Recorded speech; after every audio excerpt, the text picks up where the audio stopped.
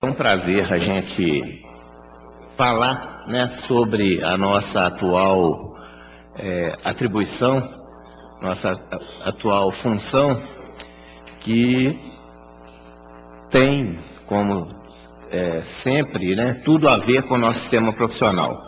Isso que o Marcos Túlio disse agora sobre a provocação que eu fiz em relação ao sistema profissional, foi muito em função da experiência que nós tivemos na época da elaboração dos planos diretores municipais. O sistema profissional foi fundamental. Nós mesmos lá no CREA de Minas Gerais fizemos um trabalho grande na área de capacitação de gestores, para que esses gestores formulassem seus planos diretores e tivessem pleno conhecimento e tivesse a capacidade de fazer a gestão desses planos depois. Porque é muito fácil, às vezes, contratar um plano e não se apropriar dele dentro dos preceitos, dentro dos princípios fundamentais, que é principalmente da participação da sociedade. Então, se não existe uma compreensão perfeita desse plano, a gente não consegue o que é necessário para a sua gestão e para o seu atingimento dos objetivos, que é essa participação de toda a sociedade no plano. E agora, assim como está sendo formulado o Plano Nacional de Saneamento Básico, nós teremos também até 2014 o município de apresentar os seus planos municipais de saneamento. E para isso é que eu estou chamando o sistema profissional e assim como outras entidades ligadas, como a SEMAI, como a ABS, para que a gente parta para uma ação desse tipo. A FUNASA tem recursos para repassar aos municípios para contratarem seus planos, mas isso, no nosso entendimento, é pouco, né? Simplesmente fazer a contratação do plano e, dessa forma, ele ter um volume com um conteúdo que não está tão apropriado, não está tão dominado por aquela sociedade local, pela Câmara de Vereadores, pelo Executivo Municipal e principalmente pela sociedade. Então isso a gente não deseja. A gente deseja que os planos municipais de saneamento tenham compreensão e tenham uma articulação com todos os outros planos municipais para que a gente consiga efetivamente atingir o objetivo principal, que é a gente, num horizonte de 20 anos, a gente ter a programação exata do que vamos fazer na área de saneamento. Então, o Plano Nacional de Saneamento, ele dá primeiro esse norte, né, geral, e os planos municipais vão ter de se orientar por eles e pelos planos estaduais também, que casam com esse Plano Nacional. Então, eu gostaria de apresentar, tem uma apresentação. Ok. Eu queria pôr na tela, está ali, ok. Bom, então, essa questão do Plano Nacional de Saneamento, nós tivemos no passado, né, até a década de 70, durante o período da ditadura municipal, um Plano Nacional de Saneamento. Esse plano, ele gerou, apesar das críticas que fazíamos à época sobre a condução do Plano Nacional de Saneamento da época, o Planasa, a gente criticava o autoritarismo daquele plano, porque foi ali que se formulou a ideia do processo de financiamento através do Fundo de Garantia e criação das companhias estaduais. E não existiu uma alternativa para os municípios que não aderiram na época ao Planasa. Então, era uma crítica que se fazia, mas o Planasa, a gente olhando para trás, a gente vê a importância, o crescimento que nós tivemos na área de atendimento, principalmente de água potável, mas também de esgotamento sanitário, que a gente teve um crescimento muito grande. Quer dizer, a gente saiu de uma situação de desorganização total para um momento mais organizado, com companhias estruturadas e conseguindo, então, atingir uma população. Na época, a meta que foi colocada era atender 80% da população urbana até 1980, com água potável. Então, isso aí não atingiu o objetivo exatamente no prazo. O plano, antes da sua finalização, nós tivemos aquelas mudanças, a extinção do BNH, tivemos uma série de mudanças institucionais que levaram a não atingir. Mas nós conseguimos, efetivamente, ter um grande crescimento. Agora, o nosso momento agora é um momento um pouco diferente, né? Nós tivemos uma Constituição que estabeleceu alguns parâmetros em relação aos direitos sociais, né? Então, a gente pensar que saneamento está previsto na Constituição como uma ação de saúde pública, né? Então, logicamente, a gente tem de lembrar que, nesse sentido, a saúde pública foi estabelecida como um direito do cidadão e um dever do Estado. Então, passa a ser elevado a uma categoria de ação de saúde pública, diferente de alguma visão que a gente tinha no passado, no plano anterior, que o saneamento era uma ação de infraestrutura, né? Não era exatamente uma visão do fundamento principal, que é o saneamento aplicado para melhorar os índices de salubridade. Isso, a Organização Mundial de Saúde coloca claramente isso, falando de cada dólar investido em saneamento, chega em alguns países a uma economia de até 28 dólares na atenção básica de saúde. No Brasil, fica numa relação entre cerca de 1 para 4. Cada R$1 investido em saneamento, a gente está economizando R$4 na saúde pública, na atenção à saúde. E teve uma pesquisa de uma publicação das mais respeitadas do meio médico na Europa, que, numa pesquisa com os médicos, eles consideraram o saneamento como a ação mais importante, a ação médica mais importante, inclusive suplantando até a descoberta de penicilina e outras questões muito claras que contribuem hoje com a saúde pública. Bom, mas então o nosso plano de saneamento, ele foi uma determinação da lei de saneamento, que foi aprovada em 2007, e que nós, a partir dali, foram estabelecidas diretrizes básicas e uma política de saneamento básico. Isso aí gerou uma obrigatoriedade da formulação desse plano, e também não só do plano nacional, mas também dos planos estaduais e dos planos municipais. O plano nacional, ele é um processo que está sendo planejado. Então, hoje, o endereço de saneamento no país é o Ministério das Cidades. A FUNASA, como um órgão do Ministério da Saúde, tem ali uma fatia e tem uma participação no processo, mas hoje o endereço, a coordenação do processo de todas as ações de saneamento se dá através do Ministério das Cidades. Temos outros endereços, como o Ministério do Meio Ambiente, Ministério da Integração, que também fazem ações de saneamento, mas a coordenação geral desse processo passa pelo Ministério das Cidades. Então, ele foi feito em 3 etapas, e nós tivemos a participação do sistema profissional, né, nessa primeira etapa, na formulação do Pacto pelo Saneamento Básico, onde tivemos aquelas reuniões regionais que o sistema trabalhou e promoveu.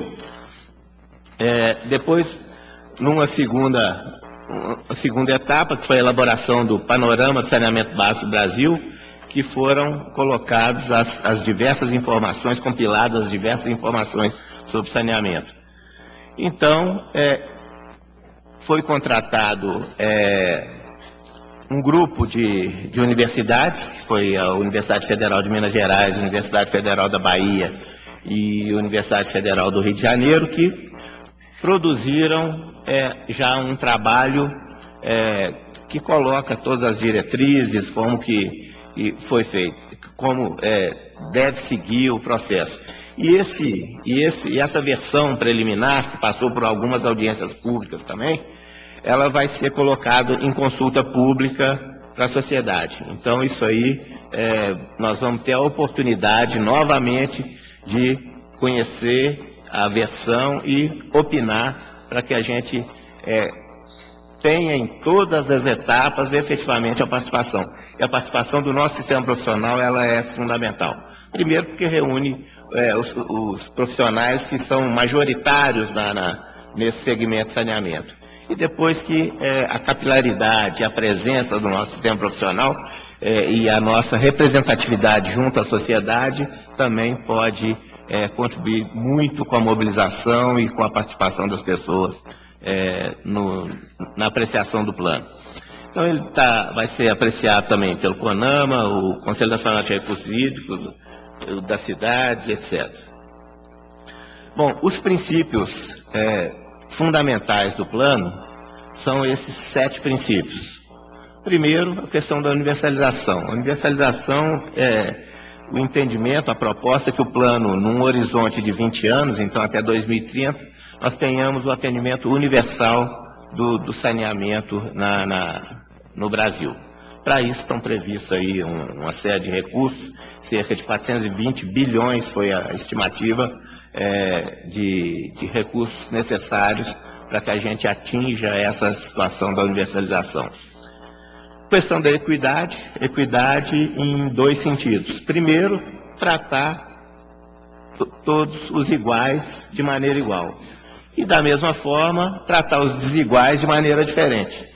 Nós temos de entender que, apesar da população mais pobre, ela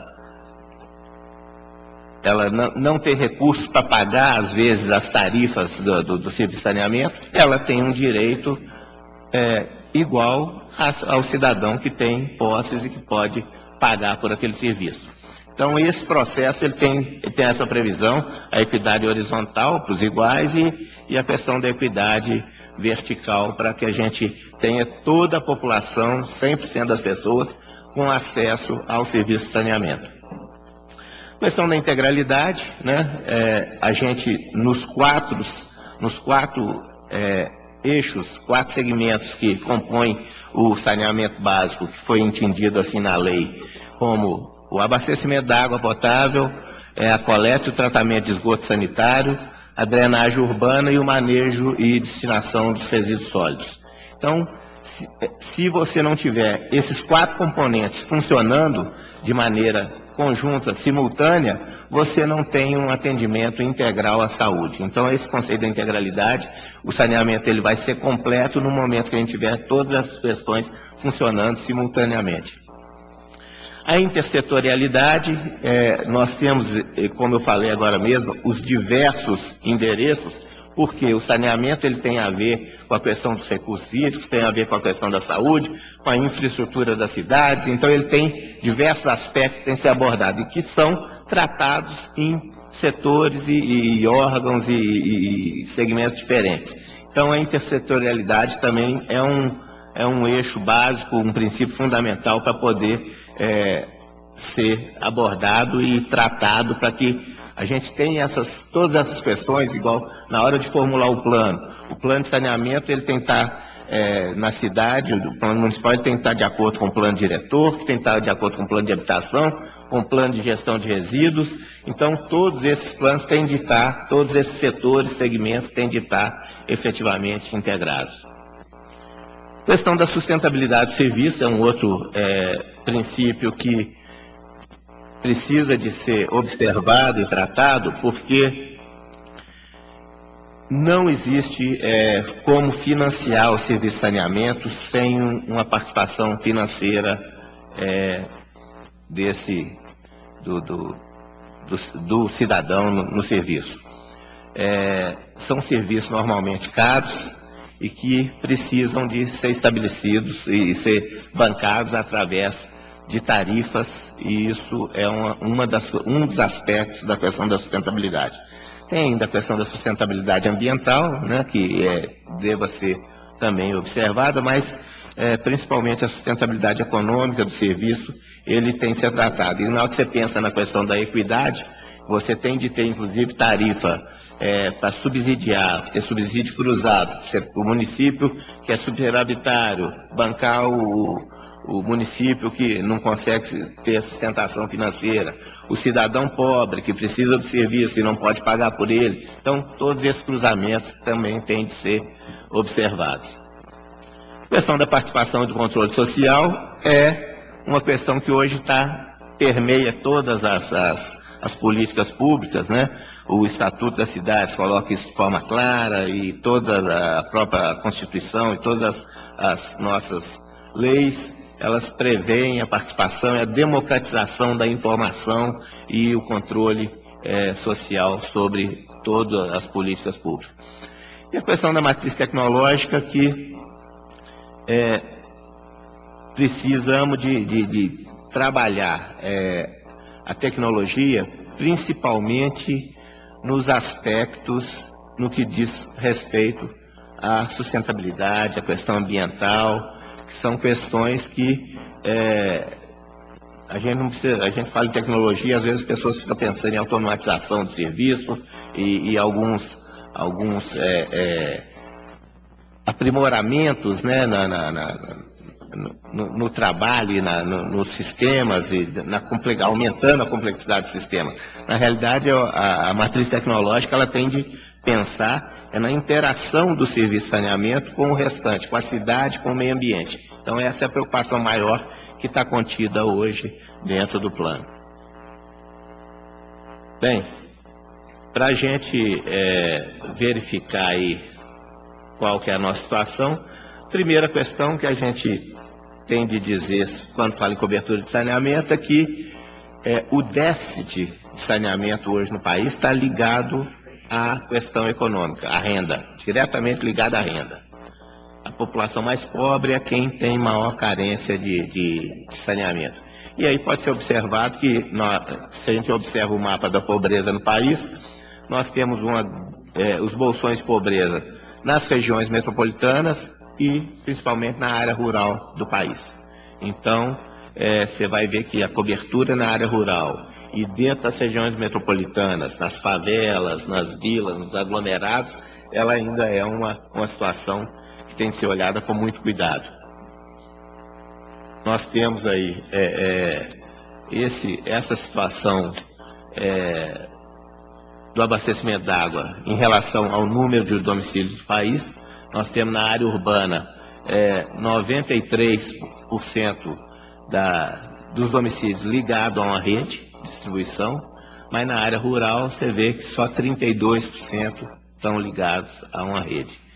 No Brasil, de uma forma geral, considerando urbano e rural, nós temos 84% dos domicílios ligados a uma rede de abastecimento de água, que não significa necessariamente que é uma rede de água de boa qualidade. Às vezes tem distribuição, mas que não necessariamente tem um tratamento adequado. Na situação do esgotamento sanitário, a situação piora bastante, né? Nós temos ligados aí, os domicílios ligados à rede coletora, só 60% dos domicílios. Ligados a fossas, fossa séptica 19%, fossa rudimentar 15%, e outras soluções, ou sem solução, nós chegamos aí a 4%. É importante verificar que essa barra vermelha é a população rural. Então você veja bem que a nossa situação da população rural, nós temos só 5,7% da população rural ligada à rede coletora de esgotamento sanitário. No caso de resíduos sólidos, nós temos coleta em 91% dos domicílios urbanos e 29% só dos domicílios rurais. Bom, o PlanSAB, ele estabeleceu então algumas metas, né? Metas de curto, médio e longo prazo. Essas metas foram traçadas com base nos dados e nos indicadores que a gente estabeleceu com a base de dados 2008 e que vai ser atualizado agora com o censo de 2010. Bom, então o que se prevê de necessidade de recursos financeiros para os 20 anos que estão previstos no plano?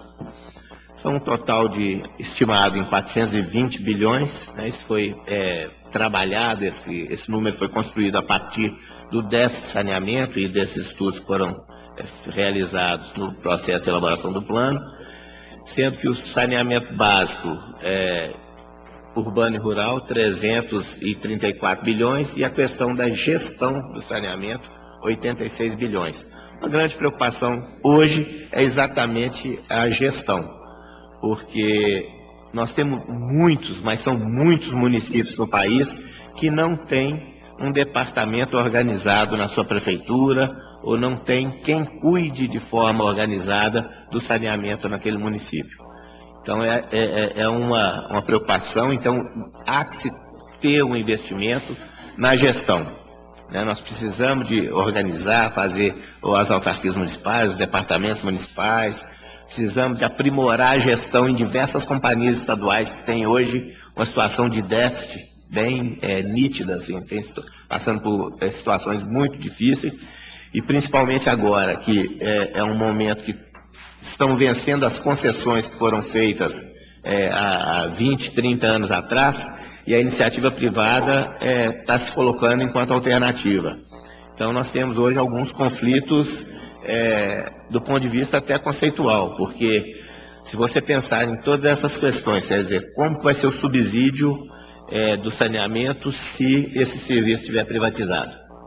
Como que se consegue casar essa situação? Então essa é uma questão que precisa ser pensada. Longe de mim ser contra a operação contra o operador privado, mas nós temos que lembrar que esse é um serviço de saúde. Saneamento para nós é um serviço de saúde, e isso é fundamental na definição de como se apropria desses recursos. A previsão é que os recursos desses 420 bilhões, 253 bilhões saiam do governo federal. Então, esse é a demanda que o governo federal vai ter que se preparar para desembolsar nos 20 anos que vem pela frente. E os outros agentes, né, são estados, municípios, sociedade, vai ter de colocar aí esses outros 167 bilhões para que a gente tenha em 2030 uma situação diferenciada da questão do saneamento no país. Uma outra questão que está bem presente é a questão do monitoramento e avaliação. Um plano, logicamente, todo processo de planejamento é um processo dinâmico. Então, o retrato que nós temos hoje vai ser diferente do retrato que nós vamos ter o ano que vem, e por aí sempre. Então, a revisão do plano vai seguir também o período dos planos plurianuais. Então, de 4 em 4 anos vai ser reavaliado o plano, estabelecido novas diretrizes e feito um novo planejamento. Bom, então o PlanSab, depois de julgar com as diversas informações, estabeleceu 3 programas básicos, 3 eixos de atuação bem nítidos, né? Primeiro, saneamento básico integrado. Então, isso aí diz respeito à questão urbana, ao saneamento urbano, nos quatro segmentos: na água, no esgoto sanitário, no esgoto pluvial e no resíduos sólidos. O outro programa é o saneamento rural. E o saneamento rural, quando falo saneamento rural, não é só o meio rural. A gente tem que lembrar das populações tradicionais, indígenas, quilombolas, assentamentos precários, assentamentos da reforma agrária e uma série de formas de aglomeração, de agrupamento diferente da nossa cidade formal. E o terceiro programa é o saneamento estruturante, que é exatamente essa questão da gestão. É um investimento que deva ser feito na questão da gestão. Programas de perda, programas de organização do cruzamento de subsídio para Então tem uma série e a organização principalmente da difusão da matriz tecnológica. Então a organização em consórcios, a série de ações que devam ser trabalhadas e tomadas. No caso nosso, da FUNASA, o saneamento rural está sob nossa responsabilidade. Então nós já estamos lá em fase de elaboração. Então, o Programa Nacional de Saneamento Rural tem o objetivo, né, de promover dentro dos preceitos do plano, desenvolver as ações de saneamento com universalização, com todos aqueles princípios básicos que a gente tem lá, principalmente uma dificuldade maior que a questão da sustentabilidade. O público, como foi dito, são a população rural dispersa, os distritos mais adensados, o pessoal em pequenas localidades e as populações tradicionais, indígenas, quilombolas e etc. E aí as linhas de ação, ela entra um pouquinho além do que vai os 4 eixos do Plano SAB. Porque você fala em abastecimento da água, esgotamento sanitário, quando a gente pensa nessa questão para uma população pobre ou para uma população que não está acostumada com o saneamento, a gente tem que pensar primeiro no saneamento intradomiciliar. Não adianta você chegar, fazer uma distribuição de água numa localidade, numa comunidade, e colocar uma torneira na porta da entrada daquela casa. Se o cidadão não tiver recursos para fazer a instalação, fazer seu banheiro, sua cozinha, ele vai pôr um tambor ali de baixo, que vai virar um criadouro de Aedes aegypti. Então, quer dizer, ao invés de você levar saúde, você pode estar ajudando a disseminar doenças. Então, é fundamental o saneamento intradomiciliar. Então, a discussão das melhorias sanitárias domiciliares, seja através de reforma